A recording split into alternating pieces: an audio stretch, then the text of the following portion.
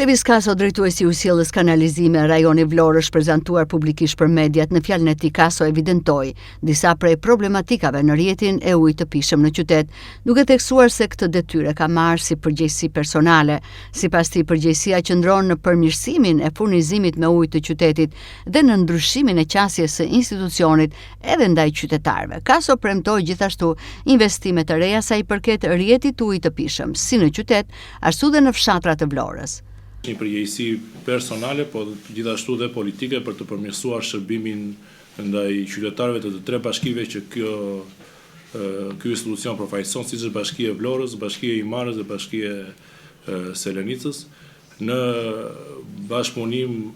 intensiv me të tre bashkitë, me drejtorinë e përgjithshme të Akukut, si dhe me partnerët ndërkombëtar,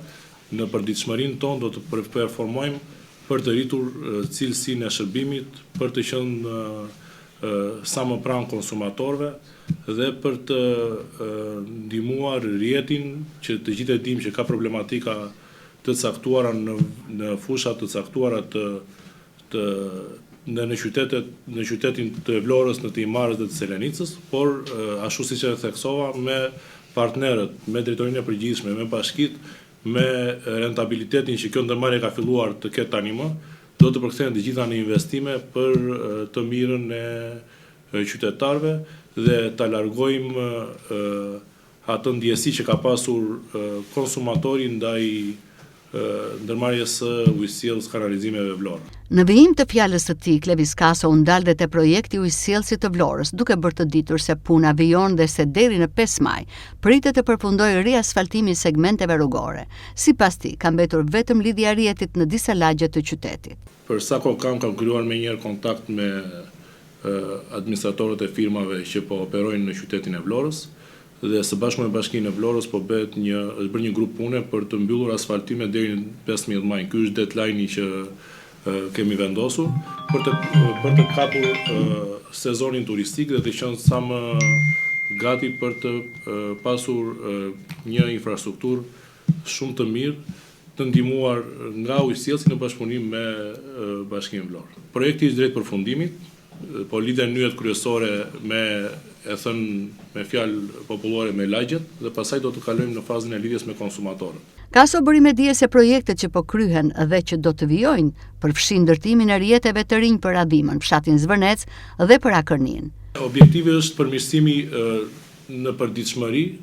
ne të kalojmë në faza përmirësimi, për dhe të ngelimi stand-by ose të bëjmë regres. Kjo është ajo që ne kemi objektiv si ndërmarrje për të përmirësuar furnizimin me ujë të pishëm, po edhe rrjetin e kanalizimeve, që është shumë i nevojshëm në një qytet turistik siç është qyteti i Vlorës. Po kemi bërë një lidhje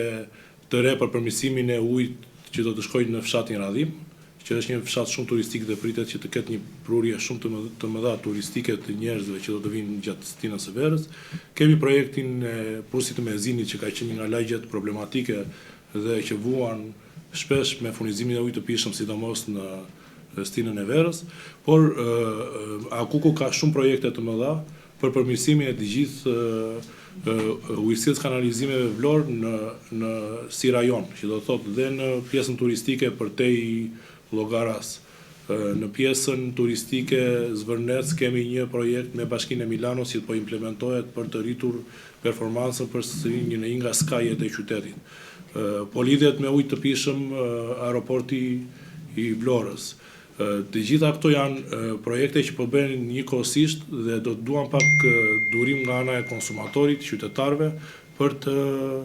rritur performancën e kësaj drejtorie që nuk rresht të punuari 24/24, shërbimi ndaj klientit. Ai theksoi se janë marrë masa dhe për sezonin veror ku janë ngritur grupe në terren në gatishmëri për çdo avari që mund të shfaqet në qytet. Një gjë që është shumë e rëndësishme është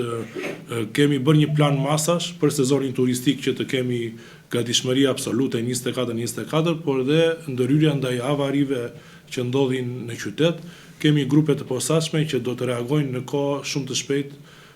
për të ardhur në ndihmë qytetarëve. Sezoni veror është shumë afër dhe një nga sfidat kryesore mbetet pikërisht menaxhimi i furnizimit me ujë të pishëm, si dhe reagimi menjëhershëm ndaj avarive të ndryshme në qytet.